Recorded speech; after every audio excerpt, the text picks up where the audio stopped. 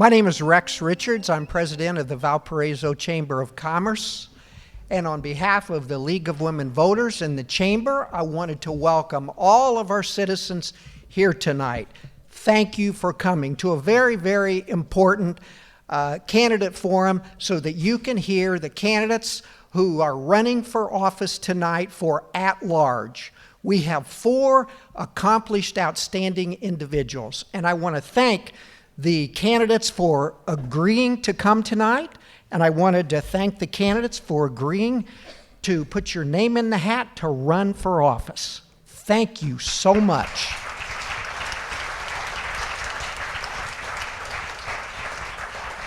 We are live streaming this event tonight. After the event, we will put it also on the Chamber Facebook site, so citizens can watch it later, and if you want to look at it when you get home, you can do that also. We want to thank the Porter County TV broadcasting students at the Porter County Career and Technical Center. They are doing this on their own time at no cost. Please give them a round of applause.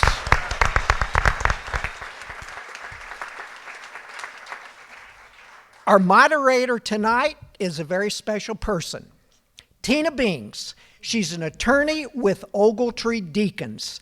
Tina has done this before. She's done an outstanding job. Please give a round of applause for our facilitator.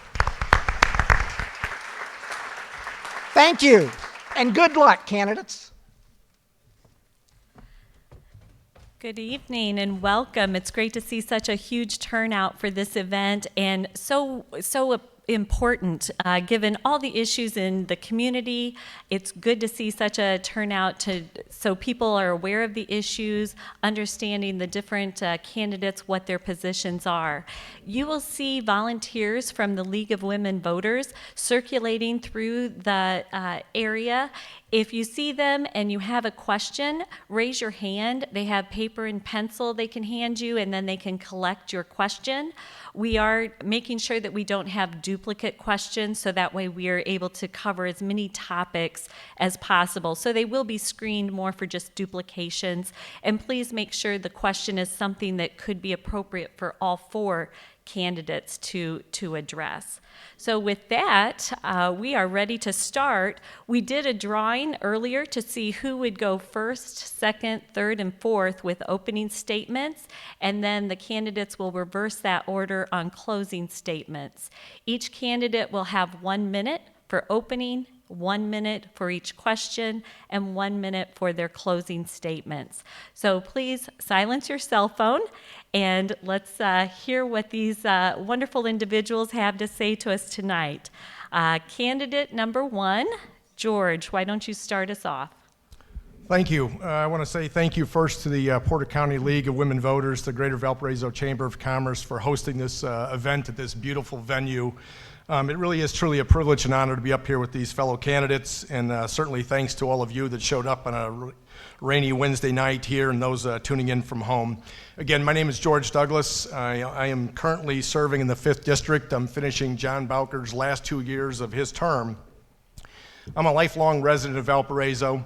I married my high school sweetheart, if you will, Julie Bodensteiner, and we've been married 27 years. We have 3 kids that we've raised here.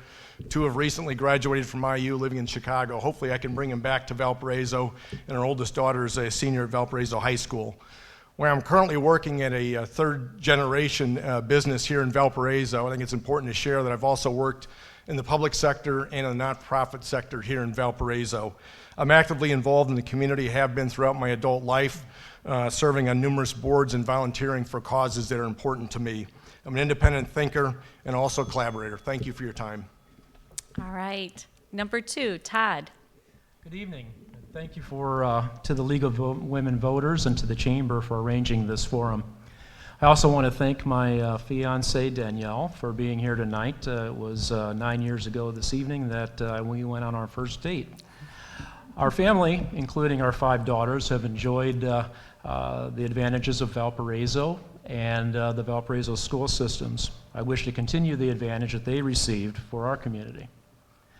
After school, I attended Purdue, went to law school, and then chose to return to live with my family and my professional career here in Valparaiso, having the privilege to work with a private law firm, a convenience store, and today Horizon Bank. Through the years, I have served and continue to serve on many boards and commissions, both locally and statewide. On many of these organizations, I've been privileged to hold leadership positions. Tonight, I ask for your vote so that I may apply my community leadership and experience for Valparaiso. Thank you. Third, Evan. Well, good evening, everyone. My name is Evan Cost, and I'm running for City Council at Large. First, I'd like to thank the Chamber and the League of Women's Voters for putting together this forum this evening. I was born and raised here in Valparaiso. I've lived here for my entire life, aside from my time in college in California. And upon graduation, I had to make a decision on where I wanted to live. Now, obviously, no one ever loves leaving San Diego, and it wasn't the frigid Midwest winters that made me decide to move back home. But I think we can all agree on the fact that we live in an exceptional community filled with a lot of amazing people, and ultimately, that's what made me decide to move back home. I now live in the Jesse Pfeiffer neighborhood here in downtown with my wife, Stina, where we were raising our son, Bill, who's almost 2 years old. I own and operate 3 restaurants here in town, and I feel that the small business experience that I've gained over the last 9 years has given me the expertise and the skills that I need to be effectively lead here on the City Council. I'm personally invested in this city, and I'm committed to continuing the forward progress so that we can continue to make Valparaiso a great place to live, work, and raise a family. Thank you. And Liz, number 4. I'm Liz Werfel. Thank you very much for hosting this event. I grew up in the Air Force, so every 3 years, like clockwork, we moved. It means I'm not a homegrown kid here, but I do bring some experience from the many different places that I lived. I remember when I first came here as a student in the late 90s, and downtown wasn't a place that any of us went. When I came back to teach, I was excited about the changes to downtown. But the longer I've been here, I think the more hesitant I am about some of that development, and I see the growing gap between the wealthy and most of the rest of us. So I'm really for smart, not speculative development, attention to our older neighborhoods and our older parks, and partnering with health and housing nonprofits in order to create this community that I think is very good and can continue to be good as long as we're a community for all. Thank you. That concludes the opening statements of the 4 candidates. Now we're on to the random selection for questions. Each candidate will get a turn, but nobody over there knows who goes first, except for me. So first up, Todd, what is the one major issue the city should focus on? We have one thing that makes our community strong and vibrant, and that is the fact that everyone is able to raise their family and have good jobs in order to do that. I think that it's incumbent upon us to make sure that the jobs exist so that we can attract the employers necessary to employ all of our citizens so that they can raise their families, and continue to enjoy the good life that they're enjoying now in Valparaiso, and continue to raise our families here. Thank you. Liz, same question. What is the one major issue the city should focus on? That's a tough question because I think life is full of interconnectedness, and so I would start by saying housing, I think, is a big issue for many members of our community, but it's connected to things like health and services, so I wouldn't say it's the one and only, but I will say that as I've gone door to door, I've found many people who are struggling to afford to stay in their homes given the increasing costs in the city. And so I'm thinking that that is a big piece of this puzzle. Thank you. Evan, same question. What is the one major issue the city should focus on? Well, I think it stems down to strengthening our neighborhoods. We put a lot of effort into focusing on our downtown, and I think we need to now transition into focusing on how do we strengthen our neighborhoods, because from the neighborhoods comes a number of different areas. You've got like the opioid crisis, you've got just rebuilding infrastructure. There's so many different areas that stem from that, but if we can strengthen our neighborhoods, we're going to be able to build a stronger community. So now that we've transitioned from, we've built a strong downtown, and we're going to continue to do that, but now we need to turn our focus on to neighborhoods. Okay, thank you. And George, same question. What is the one major issue the city should focus on? Well, again, I think that's really tough to answer in 1 minute. I think there's so many issues. I think all the things mentioned here are really important, and we got to continue to keep the momentum of what Valpo has done over the last 16 years is an amazing transformation. So it's hard to really focus on one thing. I think one thing that I find really important is really sort of promoting community engagement and collaboration. I think as I look at this community, I look at the nonprofits, I look at all the different organizations, look at the civic engagement that we have here. Each one of the things that I think is confronting this city is important each in itself. And so I think we can accomplish anything as long as we work together. And as we come in with an open mind and we're willing to roll up our sleeves, and there's not just one solution. And so it's how we bring everybody together to work towards all of the issues that are facing our community. Thank you. Next question, and first person up will be Evan. Since the City Council oversees and approves the school district's budget and also appoints 4 out of the 5 board members, how do you see that role playing out, and what can you bring to that role? Yeah, I think that's one of the most important things that we do as city council members. And I think, the process that we do, not many cities do it, but I think it opens up the conversation. It allows us to vet the candidates. It allows us to go out and seek new candidates that a lot of times, when people have skills and they have abilities, it's hard for them to see that within themselves, and it takes someone else to be able to see that. So I think the process that we have to where it's not an elected position, but it's a position that's where the city council appoints these individuals, I think it allows for an open conversation, and not only that, but it allows for public conversation too. You all are able to ask questions to these candidates before they're in this position. So it's a tasteful process, and I think it's important to keep it that way. But if there was strong sentiment to change that, then we could consider doing that. Okay. Next, Todd, what are your thoughts on approving the school budget, appointing the school board members, and what can you bring to that process? The fact that the city council only appoints the board is one element. One thing it does permit is try to make sure that board is diverse and includes someone from the school system, someone from the teachers, and has representation throughout the community, parents, and otherwise.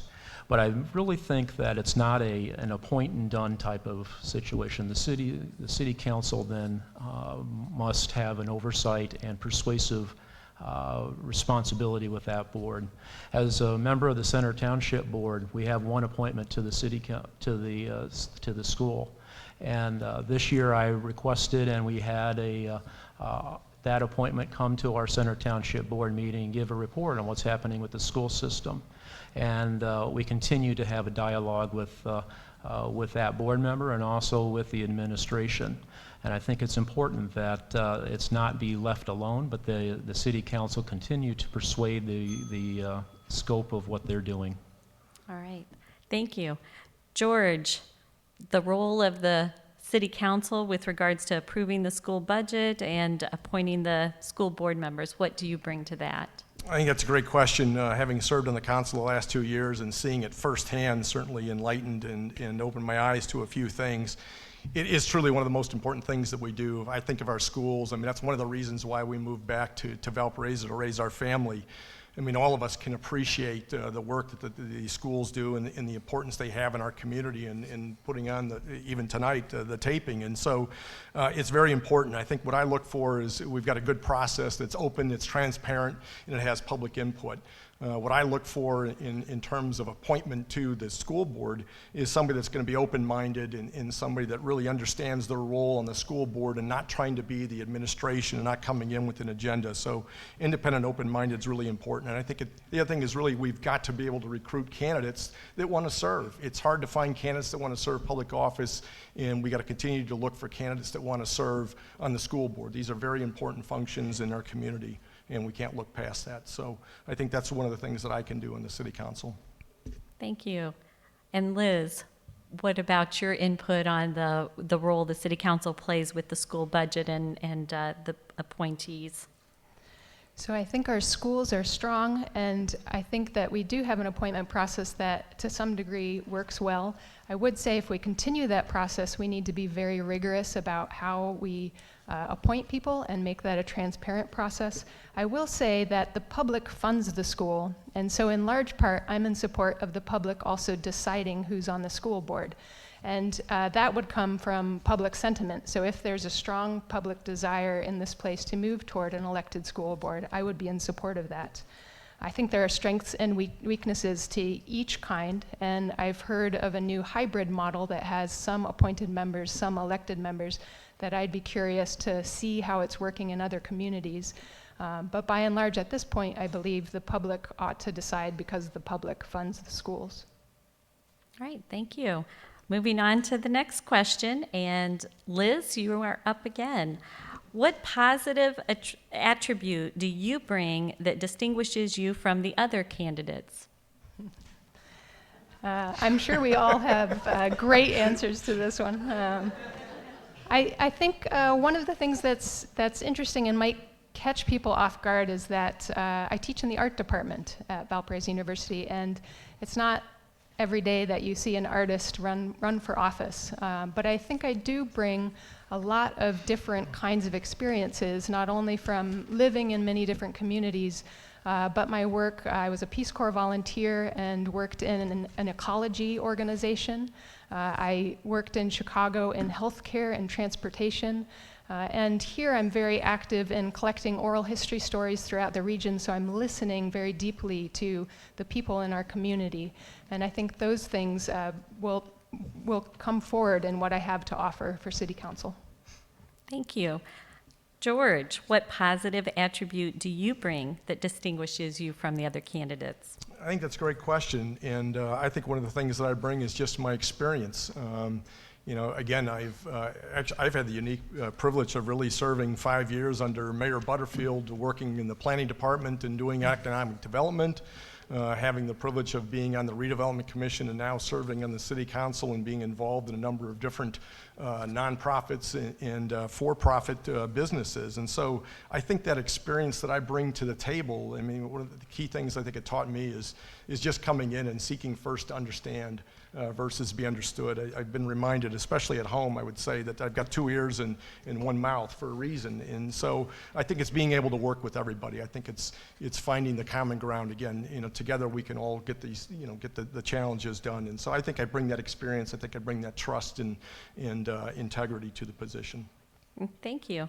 Evan, what positive attribute do you bring to this position? Well, as a small business owner, I spend a lot of my time working with my managers and my employees and my hourly staff. We spend our time collaborating and working together to find solutions. And honestly, I spend a lot of time listening. I think a big part of leadership is listening. And my business experience over the last 9 years has taught me how to be a good listener, how to engage people, how to get the best out of them. And I think that's what the city council needs. I think we need individuals that are strong, that can have a vision for the future, and that can work under the purview of the mayor. But that at the end of the day, we need to work together, and we need to understand that we're all different, and that's okay. And we need to be able to work together and collaborate and find solutions that work best for our city and our citizens. Thank you. Todd, what positive attribute do you bring to the position? I've been fortunate to be involved in the city administration since Dave Butterfield and continued on through Mayor Mayor Costas on the Plan Commission, even probably hired George, I suspect, at one point in time there. But I've been experienced not only in the public sector, but also in the private sector. And I've been fortunate and privileged to hold leadership positions in all of those boards. And one of the things that I've learned is that you cannot be a yes person in these actions, and you are fully responsible for what goes on with the board and the organizations that you serve. Therefore, I'm not afraid to hold people accountable. I've learned in my last several employment positions that being uncomfortable in holding someone accountable or holding yourself accountable is uncomfortable, but it's absolutely necessary to get the best results. Thank you. All right, next question. We're going to start with George. Would you like to make a change from the last administration, or do you anticipate trying to keep things the same? I guess when you say last administration, maybe as a point of clarification, can you, again, I'm kind of That's going the back to question. my Butterfield days, and, okay. Well, again, I would just say my experience, working for, I want to go back to, we had 16 years of Mayor Butterfield and being a part of that administration. I think it was perfect at that time. And one of the things that I think Mayor Costa has ushered in over this last 16 years has really been a vision. And I look at the success that this community has, and I think it's so important that we've got a great foundation. We have a number of challenges that are confronting us, and so I think it's how we build off what we already have. And so I'm really excited about that. I think that's a great opportunity, and especially when we pull together to do that. And so I think those are just two unique styles coming into that serve this community very well for that particular period. So I'm excited to be a part of that moving forward. Thank you. Todd, same question. Do you see making changes from what's been happening in the past, or do you see keeping things the same? Very few people are going to say that Valparaiso is in bad shape. I think everyone will pretty much agree we've been doing very, very well. We've been under the same leadership for quite a long time, and for all of that time, it's been in the same party. I'm coming in from my diverse background of employment and working with other boards in the state.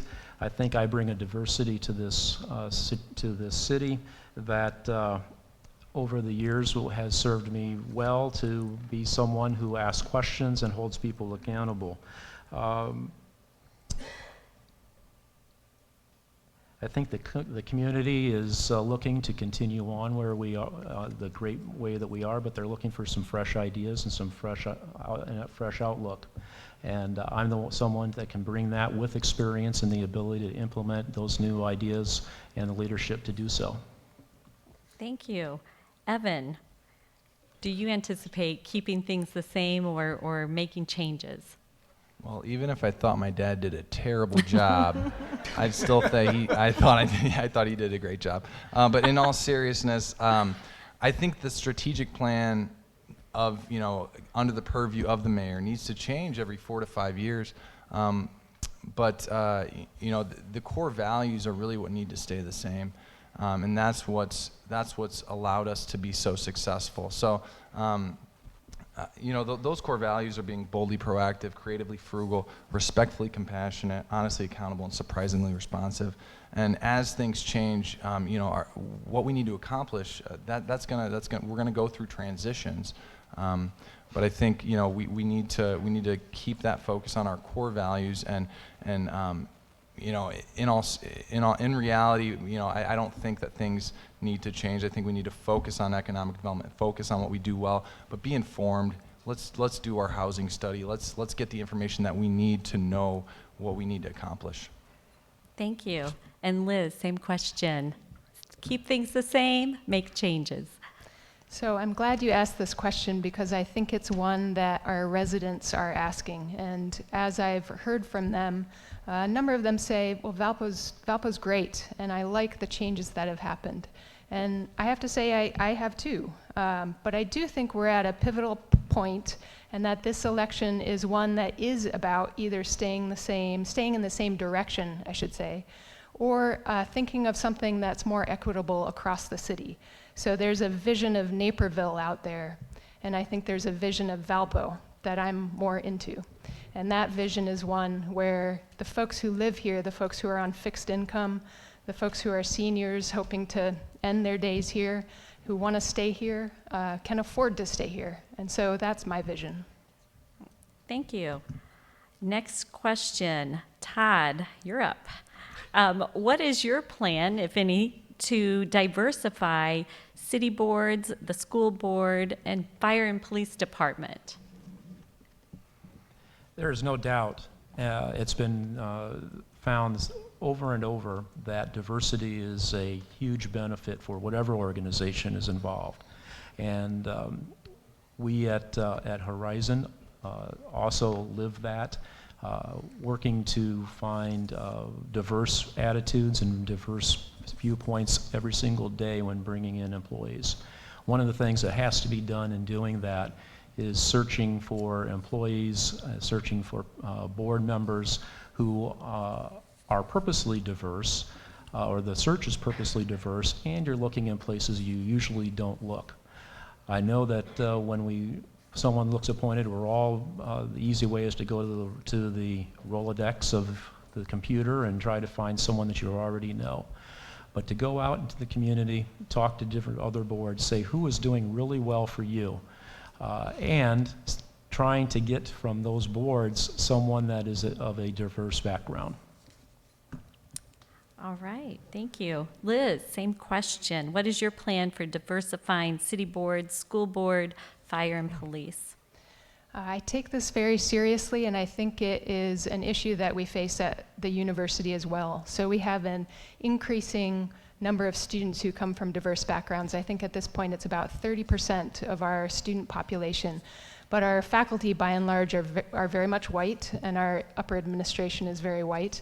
And as much as we try to go through trainings and learn the most we can and try to hire a more diverse staff, we seem to fail at being able to keep them. And I think that's in part related to the history of Valparaiso that we need to account for. And I think it's in part because we don't actually have a critical mass yet here where people find the community and the support that we all want. And so part of it is doing the kind of networking that I think Todd was talking about, but also being very open about who we are and how we've developed, and thinking about ways that institutionally we're creating barriers from people being able to be here. Thank you. Evan, same question. What's your plan to diversify city boards, school board, fire, and police? We're a growing community, and as we continue to grow, we're going to become more diverse. And as we become more diverse, there are going to be more other types of candidates that can apply for different types of positions. But ultimately, we need to hire the best and the highest qualified individuals to serve in these positions as possible, and we need to be able to provide the best types of training and all that. Yeah, I think we just as we grow as a community, we become more diverse. Okay, thank you. George, what are your thoughts on diversifying these different positions?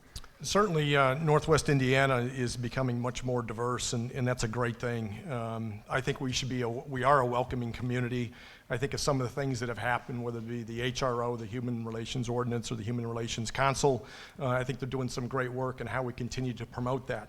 I think the Citizens Academy, I don't know how many people here are aware of the Citizens Academy that goes on. It really teaches people a lot, citizens, about what's going on in city government and how they can get involved. I think it's become very, very easy today to sit back on social media and attack people that want to stand up and serve. And I think that does us all a real disservice. And it's not just here in this community, it's elsewhere. And so I think we got to change that whole dialogue and really support people. Again, we're all different. We need to embrace that. We need to embrace independence and open-mindedness. And I think that's one of the real, opportunities all of us have in this room and in the community. And I really look forward to that. I think that's the challenge that we all face, is to get people to get involved. Okay, thank you. And next question, we're going to start with Evan. If elected, how do you see yourself balancing between business development and the social needs of residents? Well, I have an open door policy with my employees. I have managers and hourly employees that text me on a regular basis. I'm responsive to emails. I'm efficient with my time, and I want to serve people. I have a heart to serve people. So, as issues come up, whether it be in work or in city council or at my home life, I want to take care of it, and I want to get things done, and I want to move forward. So I think just my ability to move quickly, and not only that, but I've been able to, at least in work, I've been able to develop a team that supports me well. It's not just about me; it's about the team, and that's a huge reason that we've been successful. So we support each other. We're not all perfect. We have areas where we struggle, and that's why we have helped to lift each other up. So I want to use that. I want to use other members of the city council to support me as well. Thank you. George, what are your thoughts, if elected, on how to balance between business development and social needs of the residents? Yeah, I don't think these things are mutually exclusive. Certainly, economic development is really important, and you talk to any company, whether it be large or small, whether it be a restaurant or anything else.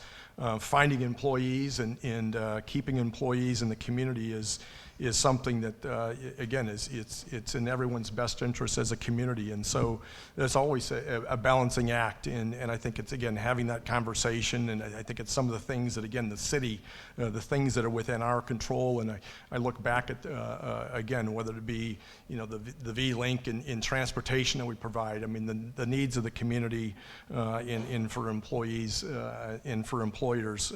It's important to strike that balance. And again, economic development is very important for the community. And I look back at all of the social organizations and nonprofits and how much support they provide, which provides support to everybody in the community. And so I think it's important we all work together. Thank you. Liz, if elected, how do you see yourself balancing between business development and social needs of the residents? I think they're one and the same. So I think about someone who's earning minimum wage, which in this state is a god-awful amount, and they're going to have higher risk of health issues. They're going to have a higher risk of housing stability. I think there's a lot that's interconnected, and if we're not caring about the social needs and we're not thinking about how businesses play a role in that, then we're shortchanging our city. I think about how Regal Beloit is moving and the workers who will no longer have a job in this community, or the fact that they went on strike in the first place in order to get a better health care package from their employer, an employer who makes millions of dollars. I mean, the profits are huge.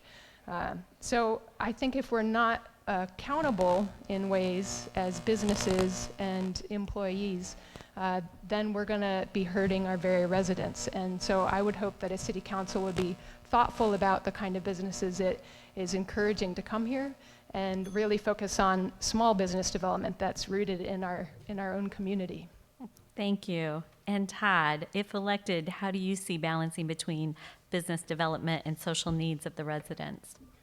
The government exists for the purpose of supplying the needs and services of its community. And that community, even though money does not make you happy, having enough money so that you don't have to worry about the next paycheck can go a long way to helping your social needs. And with that, the proper training of those who are not necessarily going to college or not getting professional degrees, but are working in the vocational and technical schools should be encouraged in Valparaiso. The employers then, once these employees exist, these employers will come to Valparaiso. One of the largest problems we have is that employers say we don't have enough employees to move our businesses here. we bring the education of our employees appropriately to the right level, whether it be high school and some other technical education and otherwise, that raises the economic development of Valparaiso. All right, thank you. Liz, you're first up on this next question. What priority do you see for road improvements, and are you for or against roundabouts? I will tell you that the one thing most residents who answer their door will say is that they hate the roundabouts. I think it's probably a lot of the construction, and some of it is around education of not necessarily those drivers, but other drivers who are coming in and maybe haven't experienced a roundabout before. I kind of like them, except when I'm on foot. They're hard to cross as a pedestrian. The first part of the question, I'm sorry, what were you? Road development. Oh, road development. Well, I do think that we need to be thinking about road development in terms of complete streets, which is an idea out there about how you can have a neighborhood that is going to be a neighborhood where you want people on the streets, out and about, walking, biking, driving, sharing the road, well lit, safe. And I think that's where I would head, is looking more at those kinds of communities and seeing what they're doing.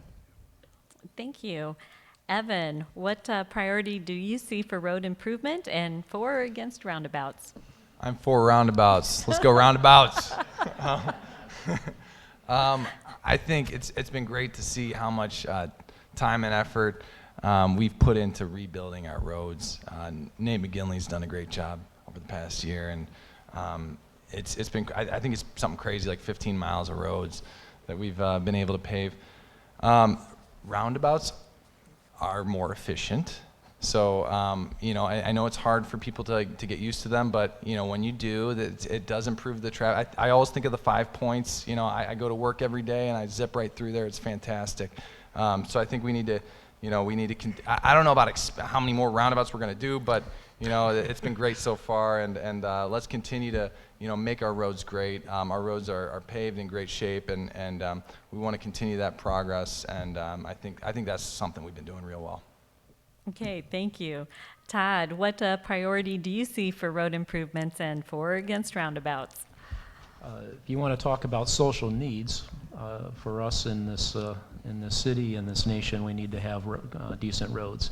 But the roads should be a basic activity of the city. I don't think anyone is going to say that having construction is not inconvenient. However, I am never going to apologize for having construction occurring and being happy that our community has the ability to fund that construction as necessary, so that we have good ways to get around the city. In terms of roundabouts, you may think they're also inconvenient, but very much, I always say when I'm driving from the north part of town to the south part of town, the only places I really have to stop or spend more than 5 seconds looking around is at stoplights and stop signs. So I don't think that the roundabouts are going to be a long-term inconvenience. I think people will learn how to use them. All right, thank you. And George, what priority for road improvements, and for or against roundabouts? Well, I'll take the easy part first, which is for or against roundabouts. My mom's here; she's against roundabouts. So, if I want to keep her vote, I guess no. I think the roundabout doesn't fit in every location. Again, I try to envision what some of these intersections would look like today, but for a roundabout there. And I think people might be a lot more frustrated if there was 3 or 4 stoplights. I go back to the very first roundabout we had. I think I was still in the planning department, and it was going to be 5 lanes across, and it was going to be a nightmare with all the development going on with Target and Kohl's. And so I think roundabouts works. It really works. It's efficient. I think what's really changed is the funding for roads. I mean, we don't get much state funding anymore, and so the wheel tax was passed, and so that's really incumbent upon us. I think how Nate McGinley and the city really approaches prioritizing what roads get fixed and grading them. Every road is graded, and that's how it's determined. So it's not like who is a buddy of somebody and your road gets fixed. And so I think that's important that we follow that. All right, thank you. And George, you're next up on this next just win. question. I know, it's random. Doesn't seem random. Random. Okay. Do you see any deficiencies with the healthcare system currently in place in our community? Healthcare system deficiencies. You know, I mean, that's a good question. I think what's really amazing to me is just look at the growth and the expansion of services with HealthLink that's happened in our community. I mean, healthcare in general is changing dramatically around the country, and certainly, you know, I think we're very fortunate to have a lot of the community resources that we have here now with HealthLink, and I would expand that to say even, you know, the mental health is so important. And you know, I think of some of the services that are being provided by Porter Stark in other agencies in the community. I think we're very fortunate, I think, to have some of the resources that we have here, and it's something we just need to continue to look at how we expand those services within the community and people have access to them. Thank you. Evan, do you see any deficiencies with our healthcare system? I agree with George. I think I think we've got a lot of resources here in Valparaiso, and I don't want to repeat everything he said, but he nailed it. We want to continue those resources, and as our community continues to expand, there's going to be more of a need for those resources.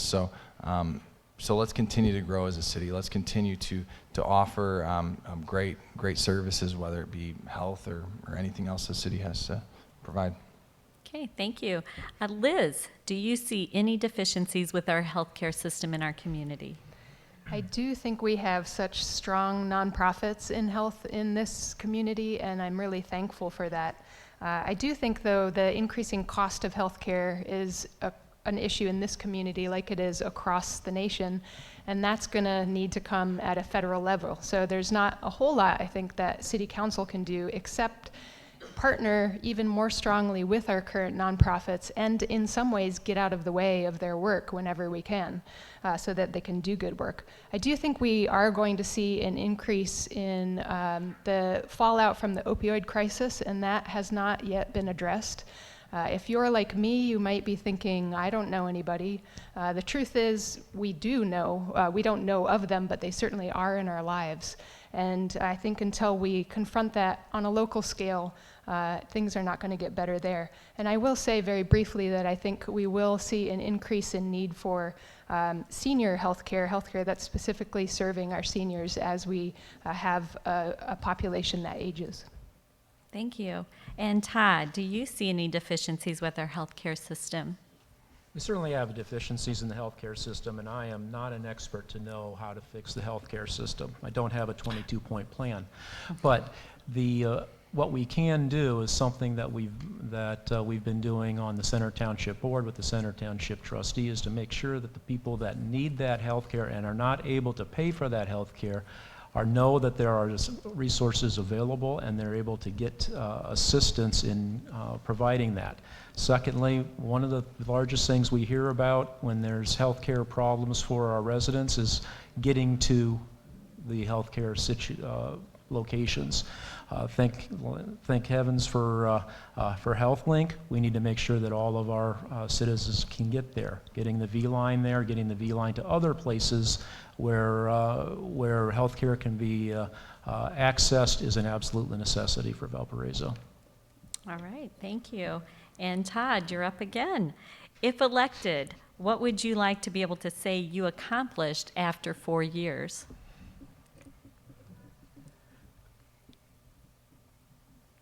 One thing that I would really like to see have happen, and this goes to the diversity issue, and many other issues, is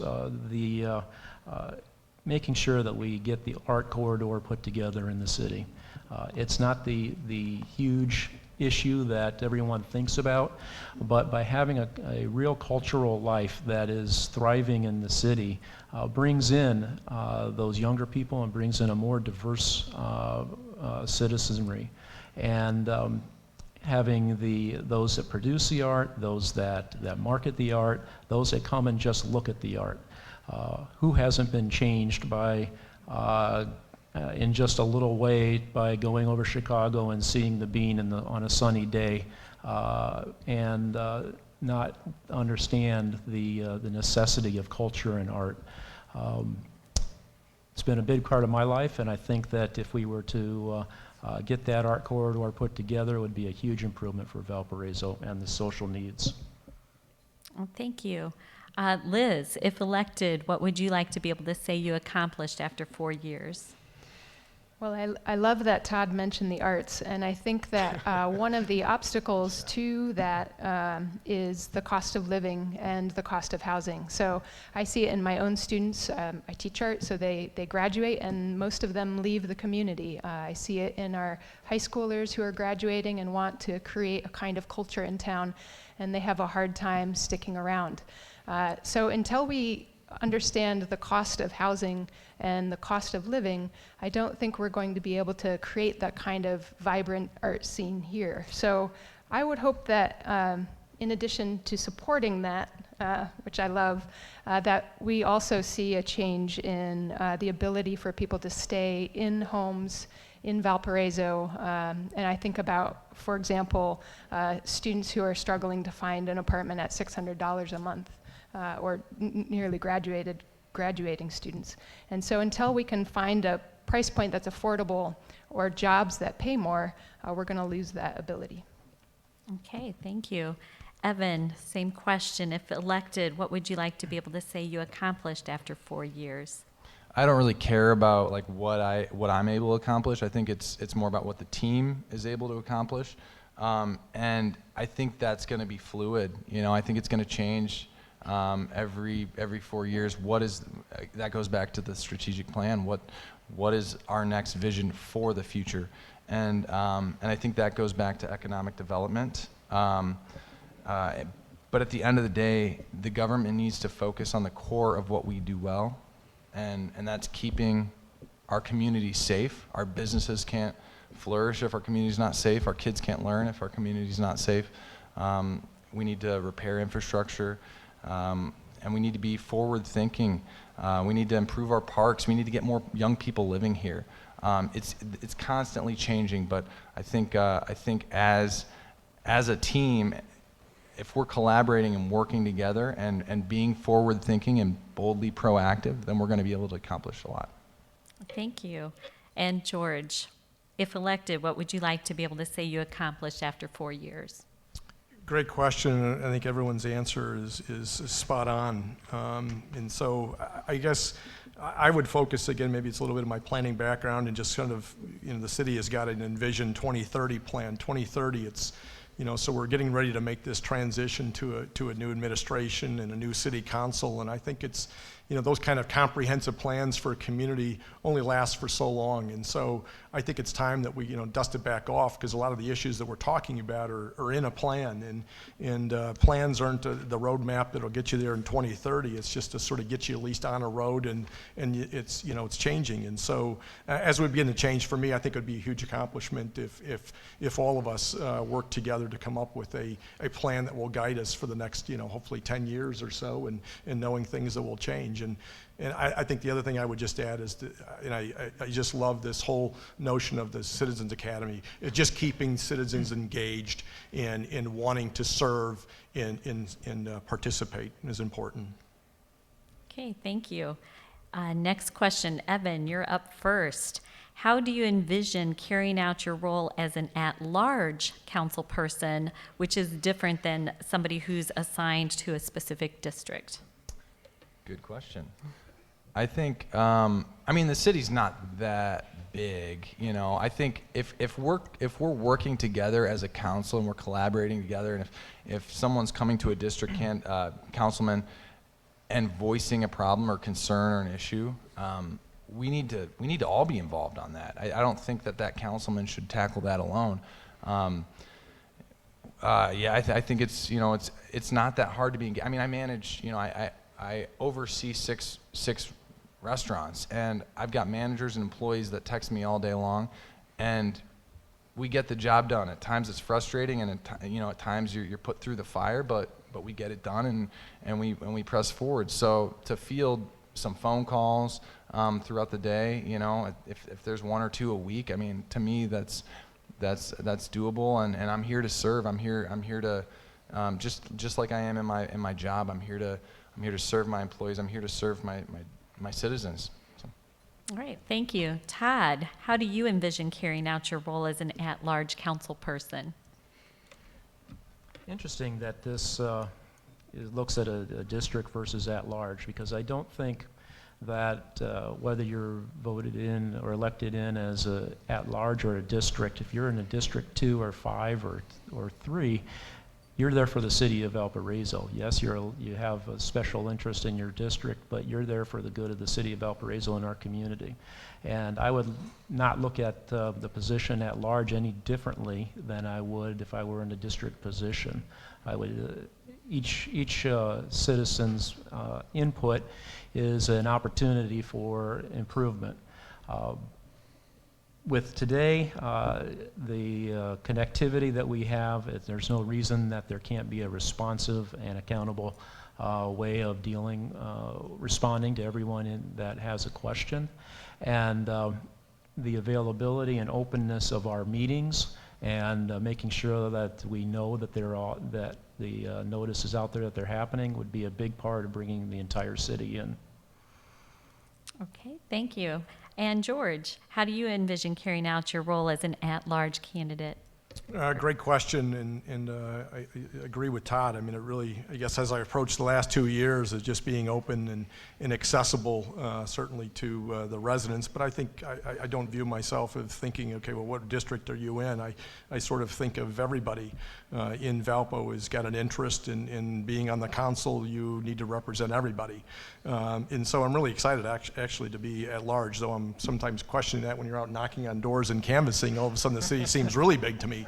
But the issues are the same.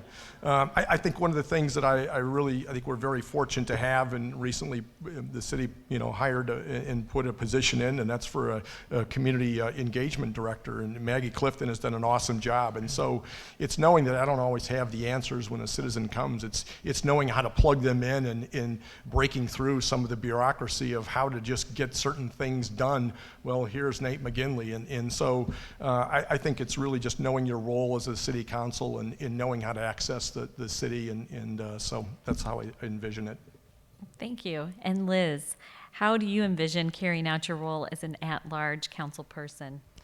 I do think that there are questions that are bound by a district, neighborhood questions, and that there are questions that are citywide questions. But I don't think that most residents think about approaching city council in that way. I've been blessed to be able to go door to door with District 5 candidate Gilles. And one of the things he says, which I love, is we're going to keep doing what we're doing now, which is coming to you. I think we have a high expectation when we say you should come to city council. I think city council needs to be coming to the people. And District 4 candidate Angie Crossan is also doing a lot of this by each week going into a different part of the city and meeting people and talking about issues that are important to them. And one person who I just want to give a shout out to is Councilman Cotton, who I think has done a great job at being a representative across the city for anyone. People know that he will ask the tough questions that need to be asked. And so no matter where they're from, they come to him in District 2. Okay, thank you. Next question, Todd, you are first. What's one thing you would focus on to ensure Valparaiso remains a highly sought-after community to live in? Yeah, I think I talked about this, and this is making sure that we are supplying the needs of our children in terms of education. We've done a wonderful job of preparing everyone to go on to college, and everyone moving that does go to college doesn't necessarily expect to be there or isn't there after a year. I think that if we are able to acknowledge that there's a whole bunch of other children that are our future that can get great jobs and supply the businesses with employees in the construction industry, in the trades, in the manufacturing. I know that The students doing the videoing here today work for the Porter County Career Center. Our manufacturers wait in line for them to get out of high school because they have the skills necessary to work at their businesses. We need to continue to foster that. Okay, thank you. George, what's one thing you would focus on to ensure that Valparaiso remains a highly sought-after community?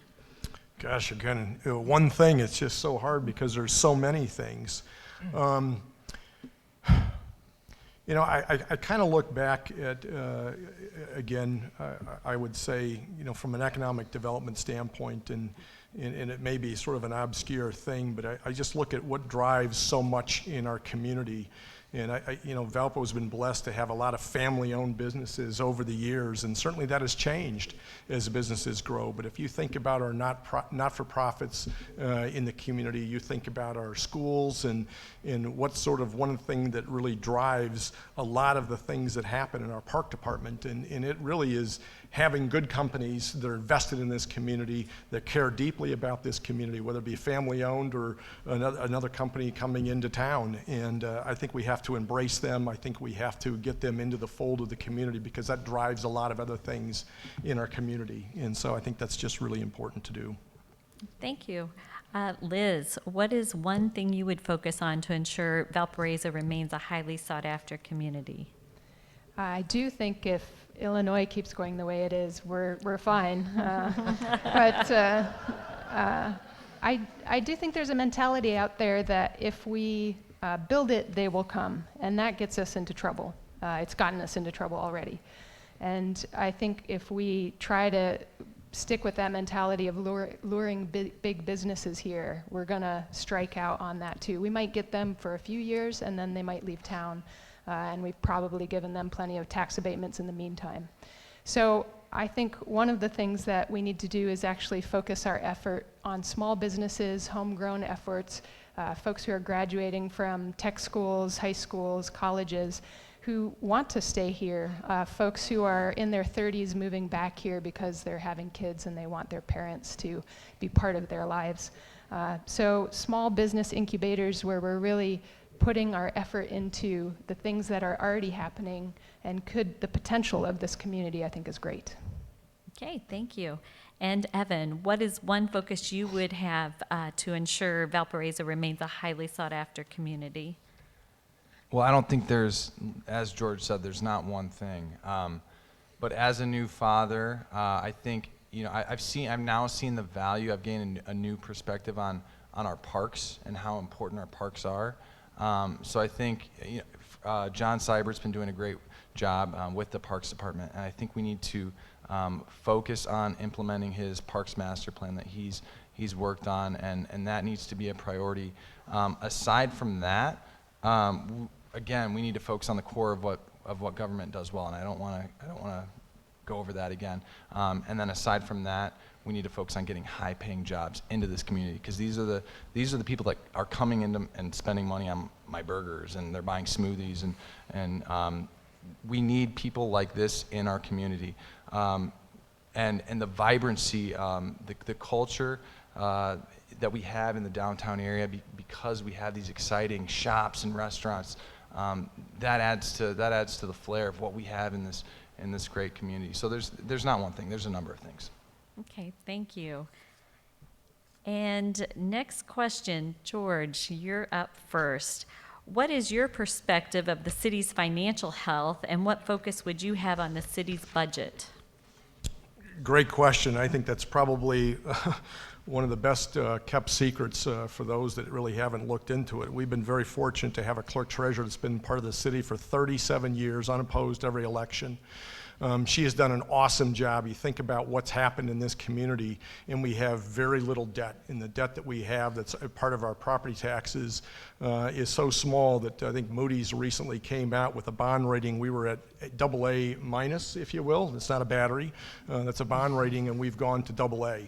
And so we have got a really solid financial footing that I give a lot of credit to all the wonderful things that have happened in this community. We have not bankrolled it on future generations like Illinois, and those people are coming over here because they see what we have here. We are in very solid financial footings in this city. We have not frugally spent money chasing companies that are coming here. I mean, this is one of the game changers, I think, for this community, is that we are in very great shape financially, and we need to continue that moving forward. All right, thank you. Liz, what is your perspective of the city's financial health, and what goal do you have with the city's budget? I have to say that if it's the best kept secret, it shouldn't be a secret. We should have transparent budgeting here, and that's something I would hope that we would strive for as a new city council. I do think that what we need to be mindful of is the fact that we can go through an economic downturn nationally anytime. And are we prepared for that? So as we're building luxury houses, which great if you have the money to afford them, but we're investing our future in that, and we're not creating sustainable, smaller neighborhoods that are actually very good at weathering the storm. And so if we're not focused on coming across the entire housing and economic development of the city and only focused on big business, high end, I think we're gonna have trouble when that downturn hits. Okay, thank you. Todd, what is your perspective of the city's financial health and your goals with the city's budget? I look at the budget and financial of the city, but also of the companies that I'm responsible for my own budget that I've worked for as being something that has to be relying on a diverse amount of or sources of income, whether it's the assessment base, the employment base, the employee base, and outside sources. Reliance on outside sources, though, has to be on for extras, because those outside sources can be removed very quickly.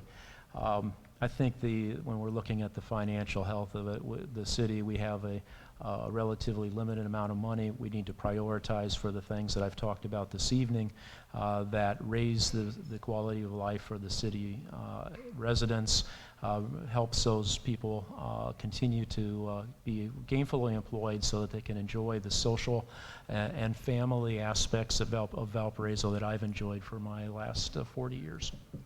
Okay, thank you. And Evan, your perspective of the city's financial health and your goals with regards to the budget. Well, just as I do on my business, I think we need, as a city, we need to balance the wants and needs with cash flow, and that's something that our city has done well over the last 16 years. Not only do we have a AA bond rating, as George stated, but we've got almost $5 million in a rainy day fund. That's pretty awesome. So I'm proud. I'm business partners with my dad, who's the mayor of this city, and he takes out draws for taxes, and that's it. He hasn't been a part of this administration to get rich or for his own power or pleasure or anything. So I'm proud to call him my dad. I'm proud for his leadership. And when it comes to transparency, everything's posted online. One of the city's core values is being honestly accountable. So as a business owner in this community, I want to bring that leadership to the city council. All right, thank you. And Evan, you're up again. What are some ways you envision the city council being able to address affordable housing? Oh yeah, let's do it. All right.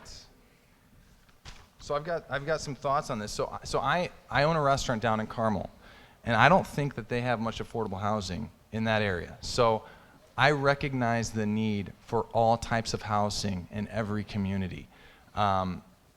I don't necessarily see that up here. In Carmel, I have a hard time finding servers, bussers, cooks, and I can't staff my restaurant. I have to pay a lot of money to get cooks in there. In Valpo, it's a bit of a different situation. I paid $120,000 for my house. I mean, I live in an affordable house. I mean, I think that I've got some numbers here. Over the last 12 months, 21% of the homes were sold in Valparaiso were under $150,000. 37% of the homes sold last year were under $250,000. So I think we've got a wide range of housing, but the fact is we're doing a housing study, and that information will be available at the end of the year, and we need to make our decisions based on that, not on speculation. Okay, thank you. Todd, what are some ways you see City Council being able to address affordable housing?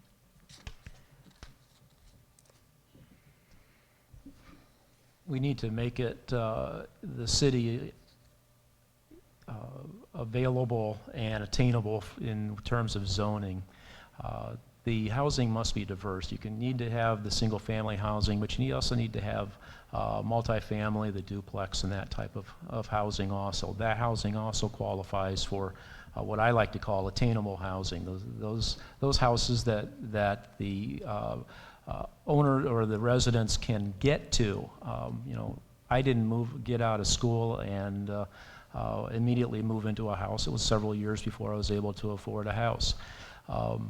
There is the ability to change zoning so that it's not all single family within the city of Valparaiso and provide that. Minnesota just did that last year, and in order to rectify their issues with affordable housing. Secondly, we have contractors in town that are vocally seeking ways to supply attainable housing, and the government can partner with those contractors to figure out programs that provide funds for attainable housing. Okay, thank you. Liz, what are some thoughts you have on affordable housing? I think that's going to be a major issue that we face in the next decade. We're already facing it now, and although the numbers Evan gave sound good, the reality is that many of those homes are going up in price very dramatically, very quickly. We use the term flipped all the time. So an example in my neighborhood is a house 1 block away from me sold for $76,000. It used to be a rental. It got turned over and went back on the market for $189,000. That's the reality I think that we're facing right now. And so what seems affordable in this moment, in the next few years, is going to be out of reach for many people. I think about the United Way survey that was done that talks about ALICE, which is folks who are working. They're asset limited, but they are working. And Valparaiso hits above 40% of its residents in that, which means these are people who are working but can't afford the housing that they have. So I think it's going to be a big issue, and I think there's a lot we can do actually around that. All right, thank you. And George, what are your thoughts on affordable housing? Great question. Again, I would, much like the other comments, it's a national challenge. This is not unique to Valparaiso. I think it's interesting. You talk to different people. Everyone has got a different definition of affordable housing. Everyone's got a different idea on a solution, and I think that's maybe the diamond in the rough is if we all work together. As Evan pointed out, the administration has got a study that's underway that the results will be coming back. So in some regards, you have to wait for that. The city's comprehensive plan talks about affordable housing in ways that we can all work together. And so I think, one thing I'm amazed is some people forget about all the diverse housing we already have from Section 8, Section 42, transitional housing with housing opportunities, women's shelter, men's shelter. And so I think it's kind of going back to, from a city council standpoint, what's in our control. You have to look at our UDO, which is our Uniform Development Ordinance, in terms of what we allow, don't allow in ordinances. Those are things within city council control. The other thing is how we collaborate and work with everybody to help solve this issue in our not-for-profit section. All right, thank you. We are going to do one more round of questions, and then we are going to do closing statements. So first up, we will have George on this final question. What ideas do you have for promoting local businesses? What ideas do I have for promoting local businesses? Well, I think my idea there, and maybe it's not original, I'm sure it's not, and probably not, in that as I kind of look at what really convenes this community, and that is really Central Park. And it doesn't matter what day of the week you go down there, and whether it's a farmer's market or the international cultural event that took place down there, or the beer festival that happened. And so I think ways that that seems to be a convening and gathering spot for the community. And I know downtown we also have the first Thursday of the month, and ways to get people down in supporting our local businesses. I mean, it is the backbone of our community, is the local businesses. And so I think all that we can do to promote coming together, whether it be in the city or through the Chamber of Commerce, which does a great job, I think that's one thing that we can expand upon to support our local businesses. All right, thank you.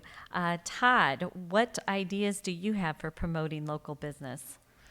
We talk about business, large or small, as in the local business. It's no different than our community. Every one of these local businesses are highly reliant on the quality of life in our city, and to bring people to their business, to be affordable, to be able to do business with the business, and to find employees. So giving Valparaiso the basics that I talked about earlier of good employees, good businesses, is simply a quality of life exercise.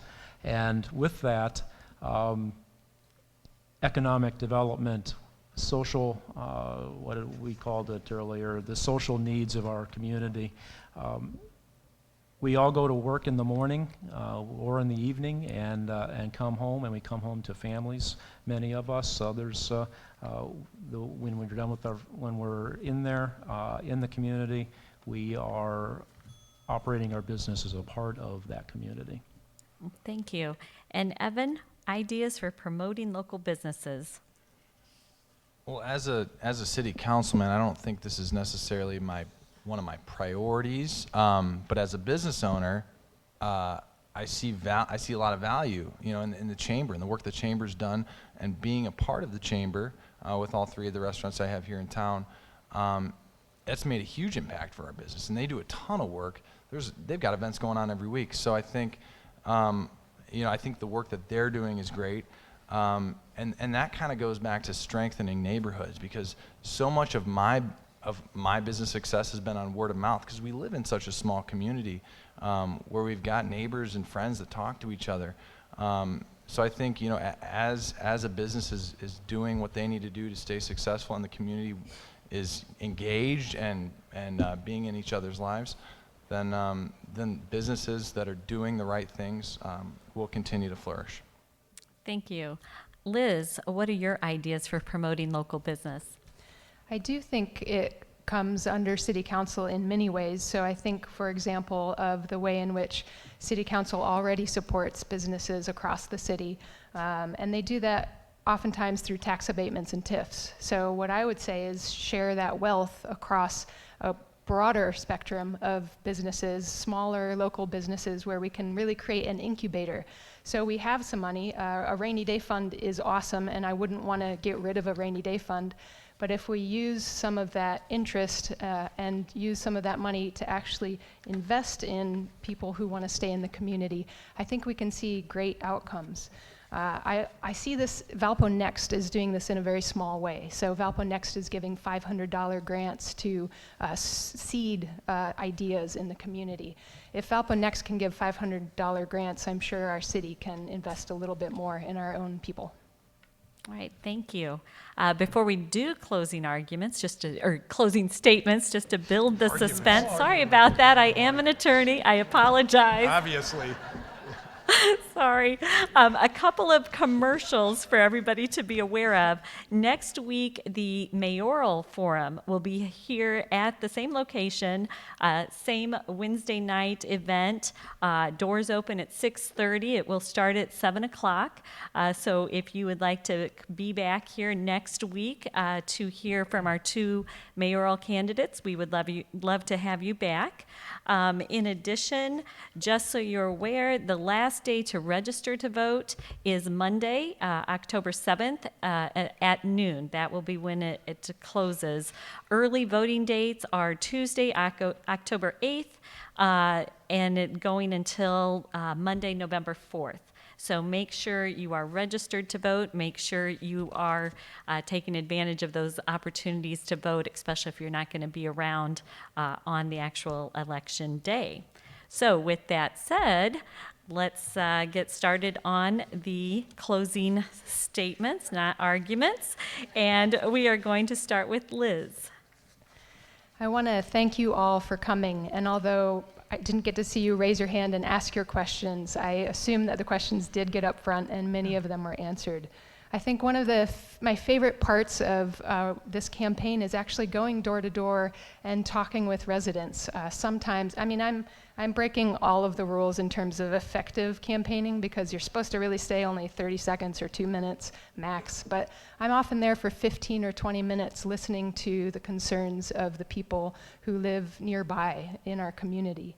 And they're sharing ideas with me, and those ideas shape the platform that you hear tonight. I'm not a legacy family. I'm not connected to big businesses. I'm connected to you through conversation and through our joint work together to make sure that Valpo is a great place to be. So thank you for being here, and thank you to the Chamber and to the Women's League of Voters for hosting this. Thank you. Evan, you're next. All right, well, I'd like to use the last minute of my time to again talk about our city's core values. These values include being boldly proactive, creatively frugal, respectively compassionate, honestly accountable, and surprisingly responsive. I feel that it's crucial that these values continue into the next administration. And I'm personally invested in Valparaiso, and I want to serve our community by not only focusing on what we do, but how we do it, and that's where our core values come into play. Over time, our strategic plan is going to change, but our core values should never change. One other thing I'd like to mention is that I'm the only millennial candidate running for an at-large position. So not only do I bring a much more youthful perspective to the city council, but I also bring 9 years of business leadership. And I feel that this combination makes me a strong candidate. So whatever political party you side with on a federal level, I urge you to consider what's best for our city right now. If you feel that your quality of life has improved over the last 16 years, I urge you to vote for our Republican team on November 5th. Thank you. Todd, you're up. Thank you for participating this evening. To remind you, I'm Todd Etzler, and I'm running for City Council at large. Like many of you, I've been involved in Valparaiso for many years and care greatly for its future. In 2020, Valparaiso will face a significant change with a new mayor and nearly all new faces on the City Council.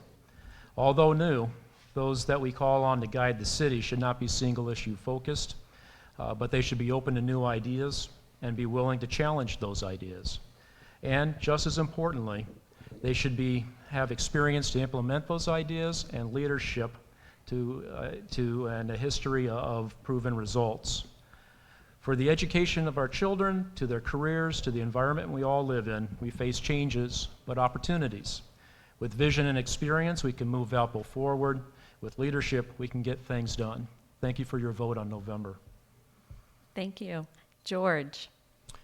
Well, again, I just want to, maybe how I started, just say I want to thank again the Porter County League of Women Voters, the Greater Valparaiso Chamber of Commerce, certainly my fellow candidates, and certainly all of you for being engaged in, I think, this very important process with this election coming up.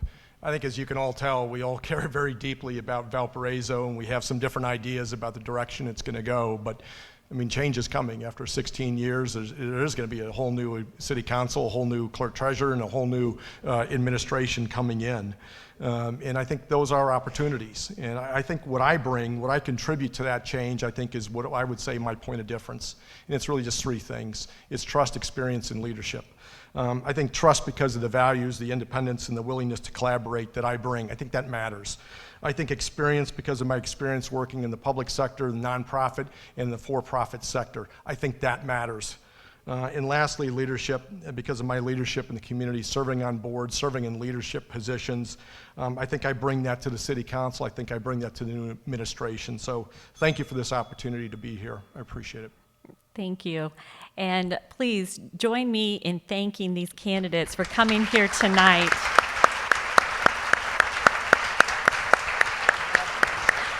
Also, thank you.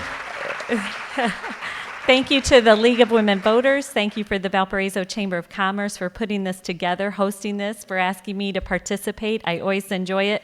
And thank you to all of you for contributing questions and for being here to learn what each candidate stands for. So you should give yourselves a round of applause too. So.